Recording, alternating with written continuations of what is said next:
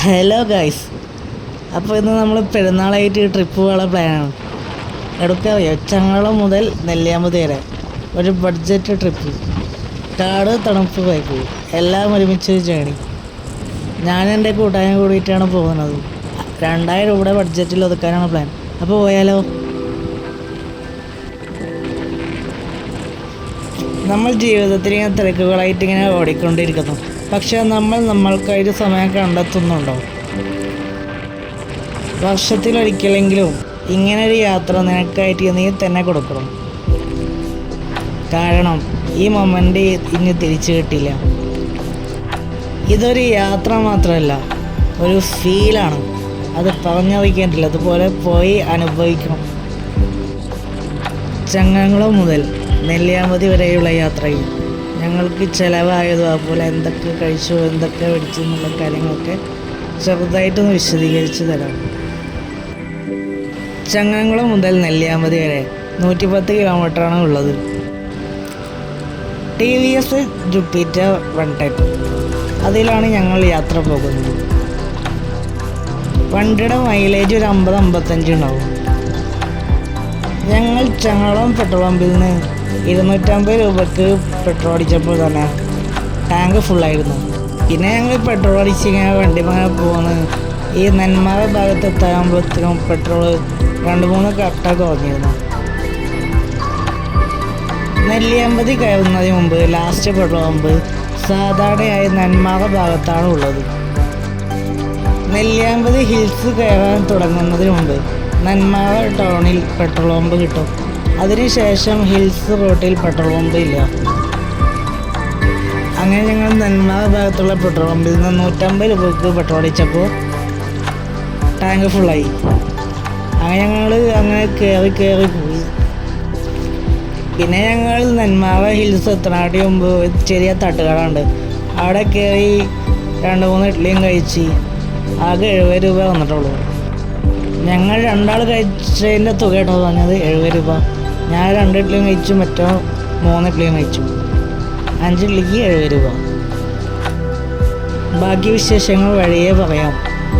നിങ്ങൾ വീഡിയോയിൽ കാണുന്ന പ്രകൃതി ഭംഗികളൊക്കെ കണ്ട് ആസ്വദിക്കും.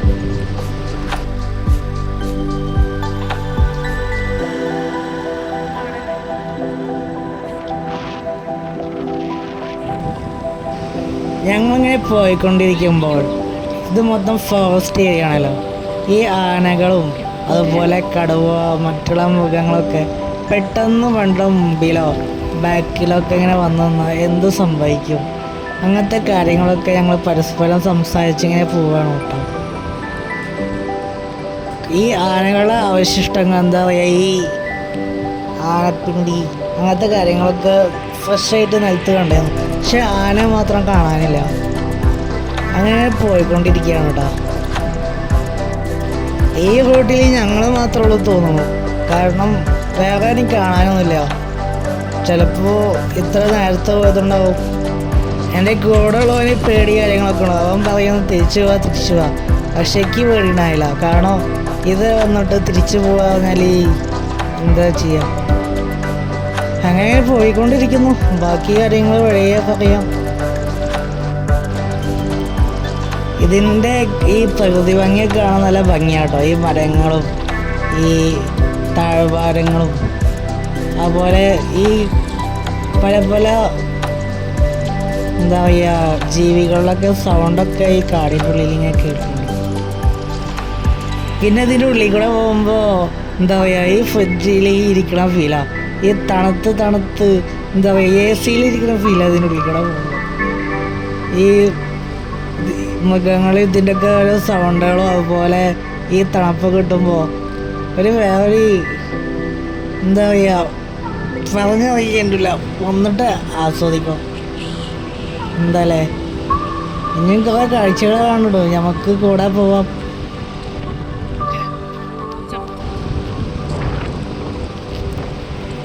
ഇവിടെ ഒരു ടീം വണ്ടി സൈഡാക്കിയിട്ട് ഫുഡുകളൊക്കെ ഇങ്ങനെ കഴിക്കാം കേട്ടോ.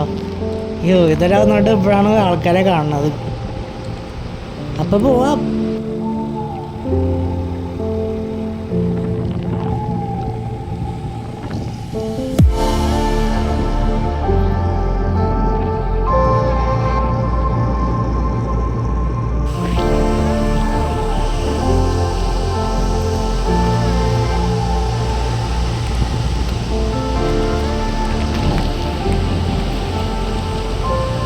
ഇവിടെ ടീമുണ്ട് ഗൈസ്. നമുക്കിടെ വണ്ടി നിർത്തിയിട്ട് കുറച്ച് സൗണ്ട് കാര്യങ്ങളൊക്കെ ഇങ്ങനെ കേൾപ്പിച്ചു തരാം.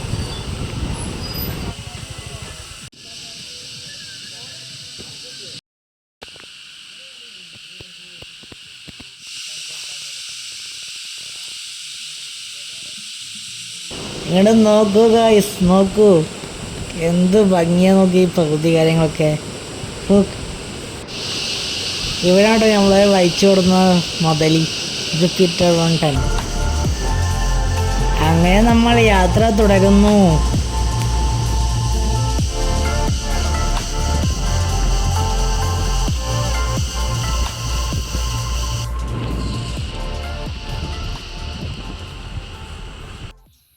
ഞാൻ കൂടുള്ളവനോടേ ഇങ്ങനെ നിൽക്കണ വീഡിയോസൊക്കെ ഒന്ന് എടുത്തരാൻ പറയായിരുന്നു. ഇതിൻ്റെ മേളിൽ നിന്ന് കാണുമ്പോഴുള്ള വ്യൂസ് ഞാൻ നിങ്ങൾക്ക് കാണിച്ചു തരാം. ഇതൊക്കെ കണ്ടോളൂ.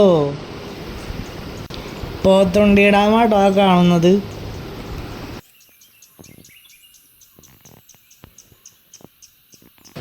ഞങ്ങൾ ആനയെ കാണാനില്ല എന്ന് പറഞ്ഞുകൊണ്ട് ഇങ്ങനെ പോകുമ്പോഴാ കണ്ടു മോനെ, ആനനെ കണ്ടു.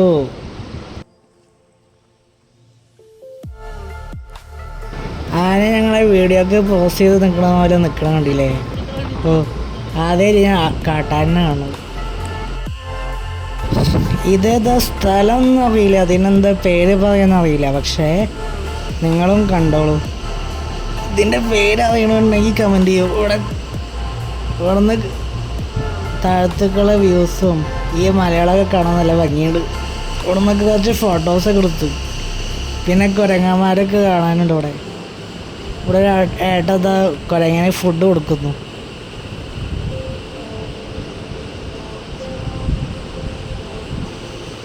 ഇതാ പോണു ഒരുത്തൻ.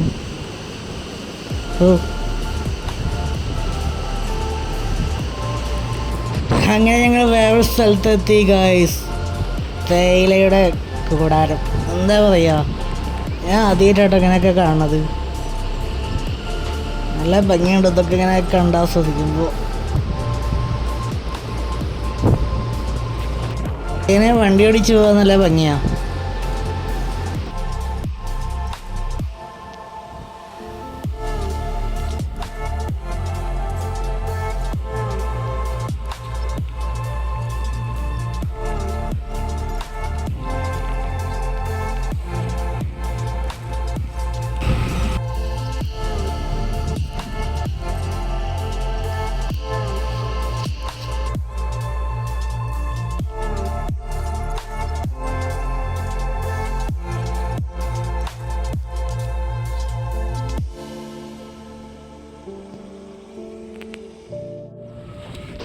ഇവിടെ കുറേ ഓഫ് റോഡ് സ്ഥലങ്ങളൊക്കെ ഉണ്ട്. ജീപ്പിൽ പോകേണ്ടി വരും. പക്ഷേ ജീപ്പിൽ പോകണമെങ്കിൽ 1000-1500 കൊടുക്കേണ്ടി വരും ഒരാൾക്ക്. ഞങ്ങൾ 2000 രൂപ ബഡ്ജറ്റ് പ്ലാൻ ആയതുകൊണ്ട് ഞങ്ങൾ അതിൽ പോയില്ല.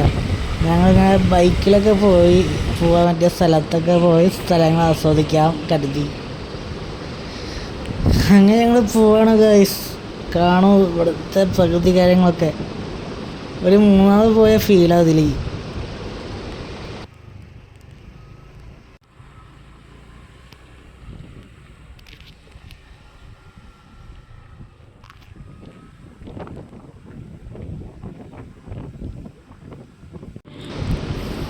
ഇതാണ് ഗൈസ് തേയില പൊടിക്കുന്ന സ്ഥലം.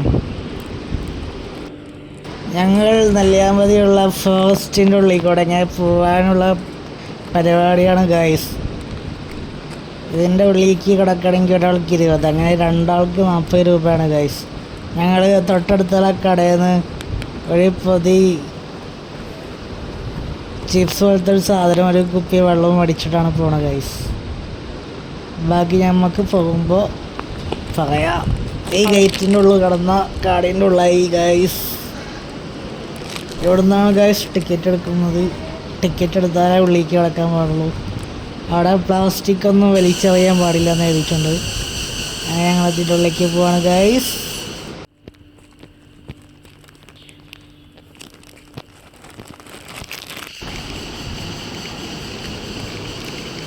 ഇതിൻ്റെ ഉള്ളിലത്തെ ഇങ്ങനെ സൗണ്ടുകളൊക്കെ ഒന്ന് കേൾക്കുമ്പോൾ പേടിയാവുന്നു ഗൈസ്. ഞങ്ങൾ ഒറ്റയ്ക്കുള്ള വേറെ ആരെയും കാണാനില്ല ഗൈസ്. ഇതിനുള്ളിൽ കൂടെ പോയാൽ എവിടെ എത്തുമെന്ന് അറിയുന്നില്ല. എത്തിയാൽ കാണിച്ചു തരാം ഗൈസ്.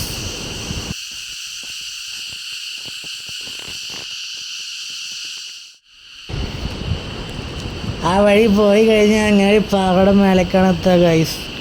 പാറയുടെ ആ വഴിയുടെ അവസാനത്തുള്ള വീഡിയോ എടുക്കാൻ പറ്റിയില്ല ഗൈസ്. അവിടെ കുറച്ച് കപ്പിൾസ് കാര്യങ്ങളൊക്കെ ഉണ്ടായിരുന്നു.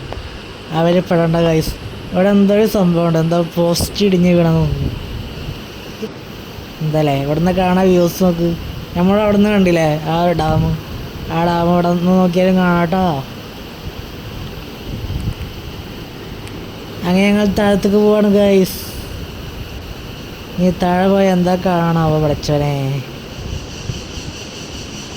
താഴത്തുനിന്നുള്ള വ്യൂസാണ് കേട്ടോ അത് കഴിഞ്ഞു ഞങ്ങൾ തിരിച്ചു പോവാണ് ഗൈസ്. ഞങ്ങൾ വേറെ സ്പ്ലോട്ട് പിടിക്കാണ്.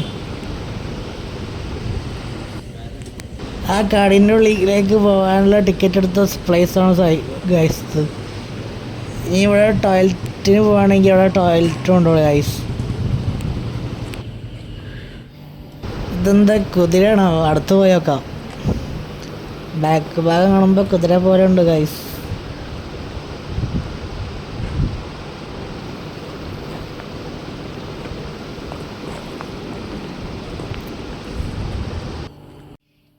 ഇത് കുതിരയല്ല ഗൈസ്, ഇത് കഴുതയാണ്. കോവക്കഴുത എന്ന് പറയും. ഇതിന് കാഴ്ചയില്ല ഗൈസ്. ഇതിൻ്റെ കാഴ്ച നഷ്ടപ്പെട്ടു. ഇത് അനാഥയാണ് അത്രേ, അനാഥ.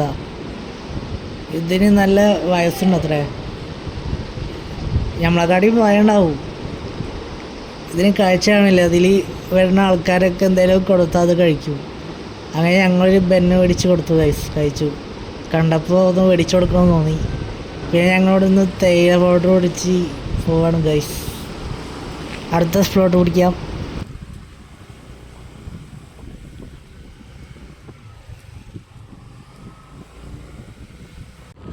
നമ്മൾ നേരത്തെ പോയ സ്ഥലമല്ലേ, അതുപോലത്തെ വേറെ സ്ഥലം അതാ കാണുന്നു. പോയേക്കാം. ഇനി ഇതിൻ്റെ ഉള്ളിൽ കൂടെ ഒന്ന് നടക്കണമെന്നുണ്ട്. ഞാൻ അതിന് പറ്റുമോ നോക്കട്ടെ. ഞങ്ങളിതിൻ്റെ ഉള്ളിൽ കൂടെ കയറാൻ പോവാണ് ഗൈസ്. ഇതിൻ്റെ മേലെ നിന്നുള്ള വ്യൂസൊക്കെ ഞാൻ കാണിച്ചു തരാം കേട്ടോ. ഇത് കാണാനല്ലേ മറ്റേ മൂന്നാമേക്ക് പോണേ. കുറച്ച് കാലം മുമ്പ് ഇതുപോലെ കുറച്ച് ടീംസ് വന്നിട്ടുണ്ടായിരുന്നു.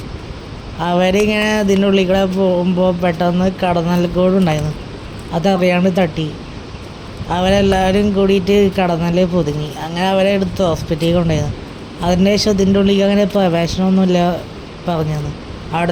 അവിടെ ഇലകളൊക്കെ വിട്ടാൽ നിൽക്കുന്ന ചേച്ചിമാർ പറഞ്ഞതാ.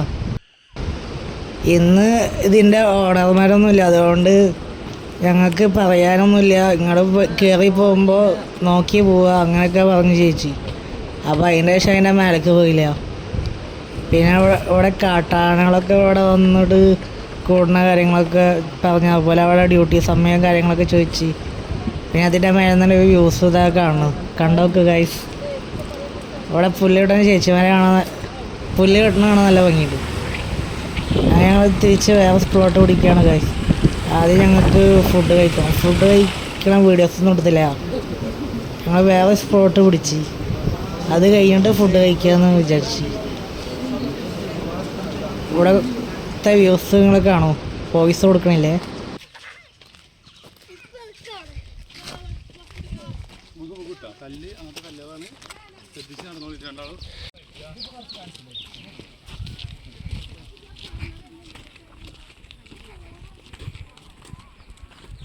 തല്ലിട്ടാ വയ്യ.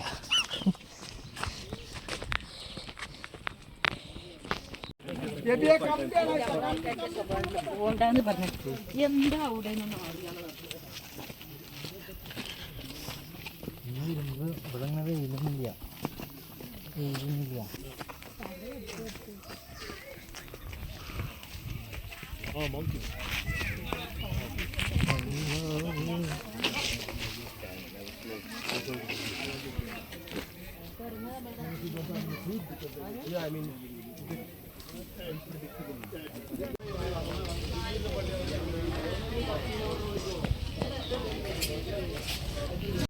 ഞങ്ങളിവിടുന്ന് ഐസ്ക്രീം മേടിച്ചു ഗൈസ്. അതുപോലെ കോഫി പൗഡർ മേടിച്ചു.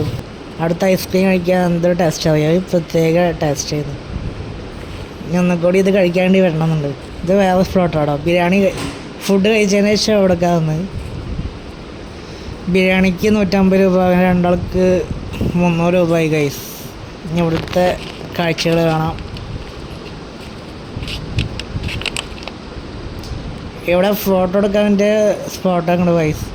അതുപോലെ മരത്തിൻ്റെ മേലെ വീടൊക്കെ എന്താ എറണാകുളമുണ്ട് ഗൈസ്. അതിൻ്റെ മേലെ കയറിയിട്ടുണ്ട്. അതിൻ്റെ മേലെ കയറി വ്യൂസ് ഞാൻ വഴിയെ കാണിച്ചു തരാം. ഇവിടെ സൂര്യകാന്തി ഉണ്ട്. അതുപോലെ ഈ ചെറിയില്ലേ ചെറി, അതിൻ്റെയൊക്കെ മരങ്ങൾ, അതുപോലെ മുന്തിരിത്തോട്ടം, അങ്ങനെയൊക്കെ തോട്ടങ്ങളുണ്ട് ഗൈസ്. എല്ലാം കൂടി അടങ്ങുന്ന സ്പോട്ടാണിത്.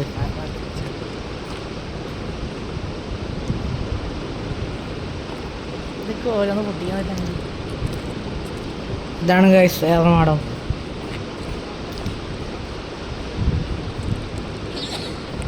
ഇവിടുത്തെ ചെടികളെ കാണാൻ നല്ല ഭംഗിയാ. ഇത് ആമ്പൽക്കുളം.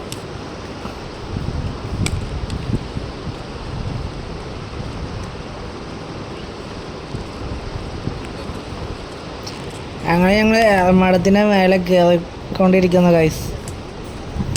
ഇതിൻ്റെ മേലെ കയറുമ്പോൾ സ്റ്റെപ്പുകളൊക്കെ ഇളക്കുകയാണ്. മറിഞ്ഞ് വീഴൊന്ന് പേടിയേ. ഇതിൻ്റെ മേലെ നിന്നുള്ള വ്യൂസ് ഇതാ. തോട് പോലത്തൊരു ഭാഗം. വെള്ളം കുറവായതുകൊണ്ട് ചെറിയ ഭംഗിയുള്ളൂ, എന്നാലും കുഴപ്പമില്ല.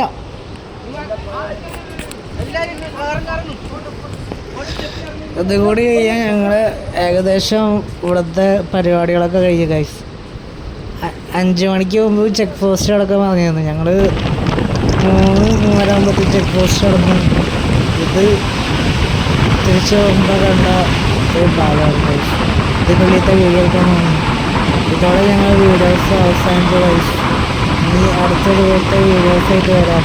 ഞങ്ങളുടെ വീഡിയോസ് ഇഷ്ടമായ ലൈക്ക് ചെയ്യുക, സബ് ചെയ്യുക, സപ്പോർട്ട് ചെയ്യുക, കമൻറ്റ് ചെയ്യുക. ഞങ്ങൾക്ക് ടോട്ടലി ഫുഡിൻ്റെ അതുപോലെ പാർക്കിങ്ങും എൻട്രി ഫീസും പിന്നെ പർച്ചേസിങ്ങും കൂടിയിട്ട് 2042 രൂപ ചിലവായി ഗൈസ്. 2000 ബഡ്ജറ്റ് വാങ്ങിയതിൽ ഇപ്പോൾ 2000 + 42 രൂപ അധികം ചിലവായി. ഞങ്ങൾ പർച്ചേസിങ് നടത്തിയാണ് ഇത്ര ചിലവായത്.